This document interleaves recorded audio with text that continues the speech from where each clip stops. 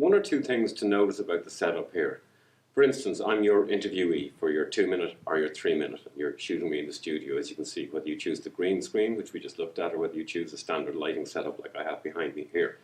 You'll still be using the key light, you'll still be using the fill light, and you'll still be using the backlight to give a bit of separation from the background.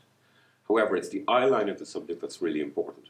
We've already discussed the fact that the camera should always be set at the horizontal eye level of the subject. If you look at the frame of me here, the middle of my nose is approximately on the top quadrant when we divide our screen into the rule of thirds. That draws the audience's attention to the spot on the screen. However, my eye line is looking directly at you now. If I was being interviewed by an interviewee off to the side, let's say over here, and he or she was to ask me a question, my tendency would be to look over when I answer the question, and therefore you as the audience assume, what the hell is he looking at? They don't know what I'm looking at when I look over here.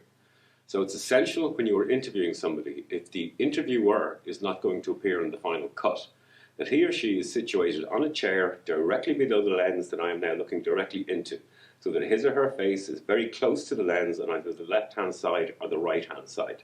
That way I can make direct eye contact with that person, a little bit slightly off, but at the same time it looks to you, the audience, as if I am addressing you. It's also important to remember as an interviewer that in that position you're going to be sitting directly underneath a microphone.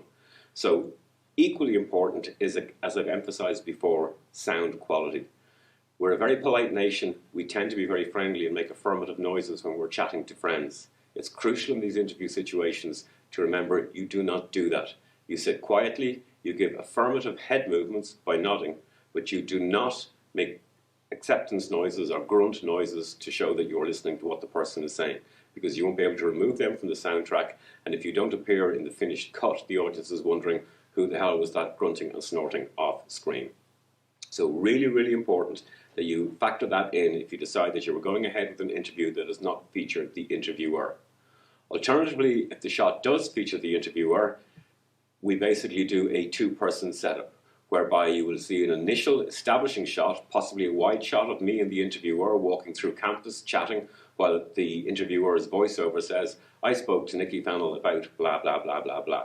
Once you've established that shot, you can cut straight into me in the studio answering whatever question was posed while we looked at that cut. While I'm answering that question, you can basically then cut to an affirmative noddy shot from the interviewer. So in relation to the interviewer, it's basically a question of cutting affirmative nodding shots that give you the sort of band-aid to staple over where you make a cut in the waffle that I'm going on with.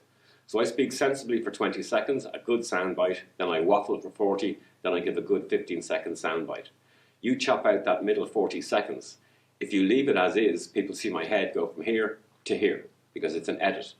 If you can paste over that a cutaway of your interviewer nodding affirmatively and agreeing with what I'm saying, then you have solved the problem. It's therefore important to recognize what frame you are shooting an interview in. My tendency is, let's say there's 9 questions. Shoot 3 of them in a mid-shot, shoot 3 of them in a mid-close, and shoot the more emotionally intense questions in a close shot. But basically, it's important that you then cut to a mid-shot of the interviewer nodding if you've asked me the question in mid-shot, of the interviewer nodding in close shot if you've asked me the question in close shot, and of the interviewer nodding in extra close shot if such is the case. In other words, you don't want yourself jumping from a small head to a huge head to a small head to a huge head. You want to balance the size of the screen.